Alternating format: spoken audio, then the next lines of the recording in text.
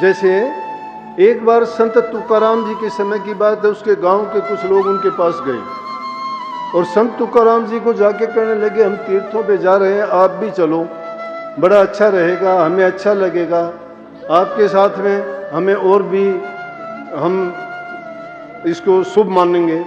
तुकाराम जी ने असमर्थता जाहिर की, कहने लगे, भाई मैं जा नहीं सकता, आप एक काम कर दो। उनकी आस्था थी, बोले कि हाँ बताओ, आप जो कहोगे करेंगे।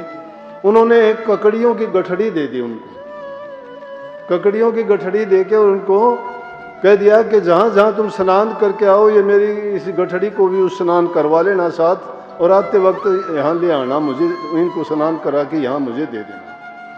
वो तीर्थों पे गए, वहाँ पे खूब उन्होंने मलमल के नहाए, गोते लगाए और उसमें उस ककड़ी की गठड़ी को भी उस पानी में से निकाल के हर तीर्थ पे वो उनको स्नान करवा के लेके आए। जब वो लेके आए तो उनको संत तुकाराम जी को समझवा दिया कि ये आपकी ककड़ियाँ जो आपने कही थी हम ले आए हैं, और हर तीर्थ पे इनको स्नान करवा दिया जैसे हमने स्नान किया ऐसे ही। बोले कि बहुत अच्छा, लेकिन एक काम करो। उन्होंने उनको कहा कि कल के लिए आप सबका निमंत्रण है, और उनको सबको निमंत्रण के लिए बुला लिया। और बुलाने के बाद में उन्हीं ककड़ियों की सब्जी बनवा के उनके आगे परोस दी, लेकिन उनकी जो ककड़ियों की सब्जी थी वो कड़वी थी। जब वो सब्जी खाने लगे, बोले जी कड़वी है। बोला कि हाँ, मैं यही आपको बताना चाहता था कि कितने तीर्थों में आप स्नान करके आए, ये भी करके आई ना, लेकिन उन पे जाके मीठा हो जाना चाहिए था, लेकिन इनका जो गुण था वो गुण इन्होंने नहीं छोड़ा। अगर वो गुण इनका तीर्थों में छूट जाता तो मानते बहुत लाभ होता। आप भी इसी प्रकार से ककड़ी की तरह से कि अंदर में जो आपका कड़वापन है, आपके अंदर जो विकार भरे हुए हैं वो आप नहीं निकालते हो। तीर्थों पे जब जाते हो तो वहाँ स्नान करते हो या वहाँ संकल्प लेके आओ कि हमारे अंदर जो भी बुराइयां हैं वो सभी बुराइयां आज के बाद हम उनको छोड़ देंगे, निकाल देंगे, तो आपके मान लेंगे कि सारे कर्म धोगे। इसीलिए कबीर साहब ने इसको इस प्रकार से कहा। वो कहते हैं कि अपराधी तीर्थ चला, क्या तीर्थ नाया, कपट दाग धोया नहीं, खाली अंग जिको। कि अपराधी आदमी अगर तीर्थों पे जाता भी है और जाके वो सिर्फ अपने शरीर को ही पानी में डबोता है, मन को नहीं डबोता। लेकिन जिस धारा में तुम स्नान अब कर रहे हो ना, इसमें तुम्हारा शरीर नहीं, तुम्हारा मन डुबकी लगाता है। इसमें से वो अंदर का कड़वापन जो तुम्हारा है वो बाहर निकलता है। वो कड़वापन निकल के तुम्हारे अंदर अमृत जैसा मिठास पैदा होता है।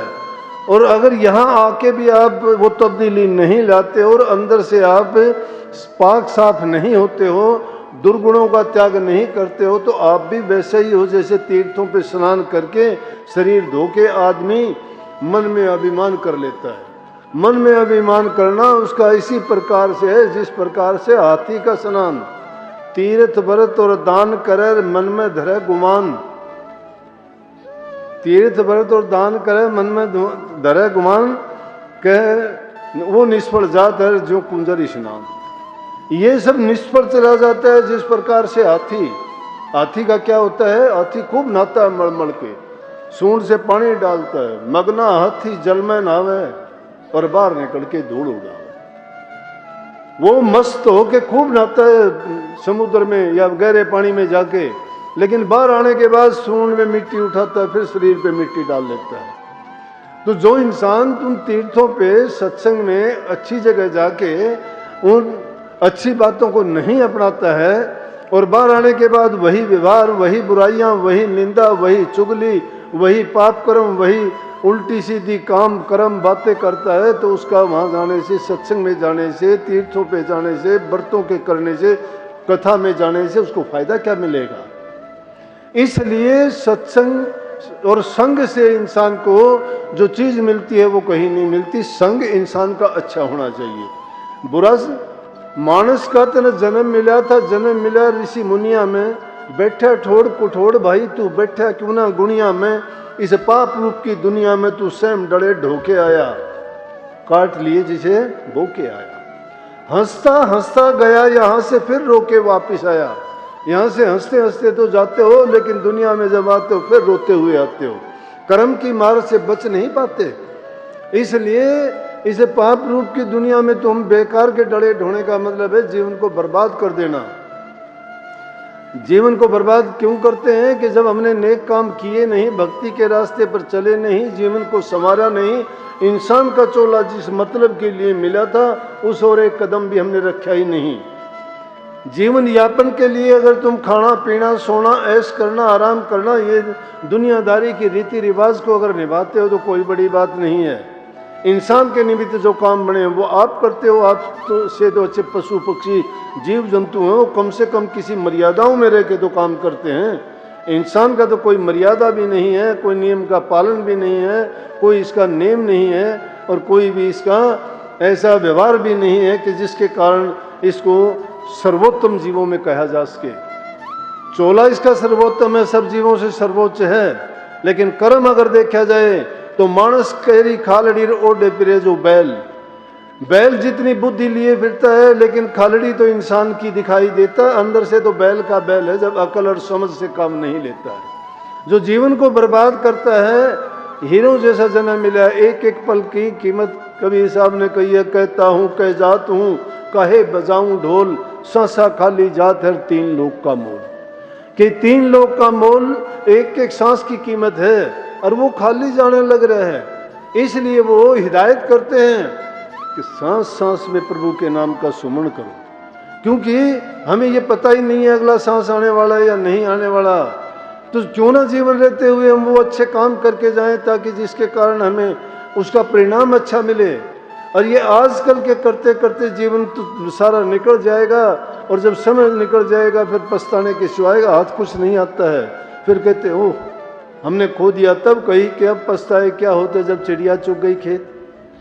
चिड़िया के खेत के चुगने से पहले, पानी के आने से पहले रास्ते में बंद लगा लेना चाहिए तो उससे बचा जा सकता है। इंसान बुद्धिजीवी है, मालिक ने इसको ज्ञान दिया है, समझ दिया है, इसके पास विवेक है, काम करने की आज़ादी है। उस आज़ादी में सबसे उच्च काम यही है। लेकिन इसने अपनी बागडोर काल के हाथ में सौंप रखी है। काल ने अपनी हुकूमत से मन को प्रधान बढ़ा के आपके अंदर स्थापित कर दिया है। माया यहाँ खेल रचने वाली है।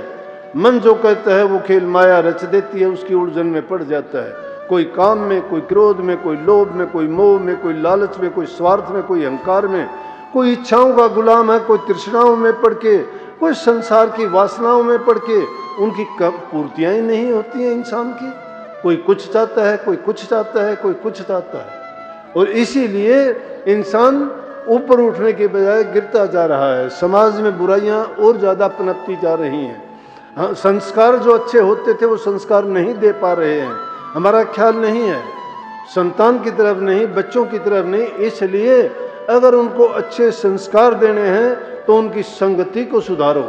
संगति को सुधारने का सबसे पहला इंसान को उसको अच्छा माहौल घर में ही मिलता है। जिस घर में माँ बाप के झगड़े होते हैं, जिस घर में बड़े की इज्जत कदर नहीं की जाती, जिसमें सेवा और प्यार नहीं सिखाया जाता, वो घर बस हो, बेशक बसना कोई उसका इतना अच्छा नहीं होता।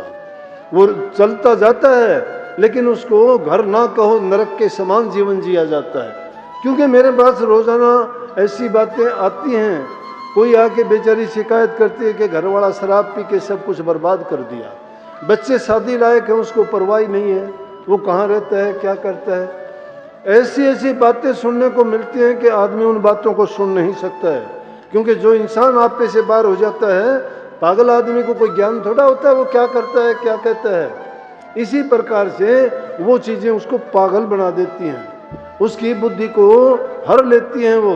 इसलिए हमें चाहिए कि अच्छी संगति में संतों का संग करें और प्रभु के नाम का गुणगान करें। जिसको याद करोगे, जिसमें जो गुण है वो गुण आप में आ जाएगा। अगर बुराई को याद करोगे, बुरे गुण दुर्गुण आप में भर जाएंगे। अच्छे इंसानों को, अच्छे गुणों को, संतों महात्मा फकीरों को याद करोगे तो उनके सिद्धांत और नियम आपके अंदर प्रवेश कर जाएंगे। उन द्वारा किए हुए कामों का असर आपके ख्यालात, विचार और मन पर पड़ेगा तो वो आपके जीवन को बना देंगे। तो इसलिए कही कि नारी संग जो बन गया, दरब गया मदपान, और प्राण गए कुसंग में, तीनों गए नादान।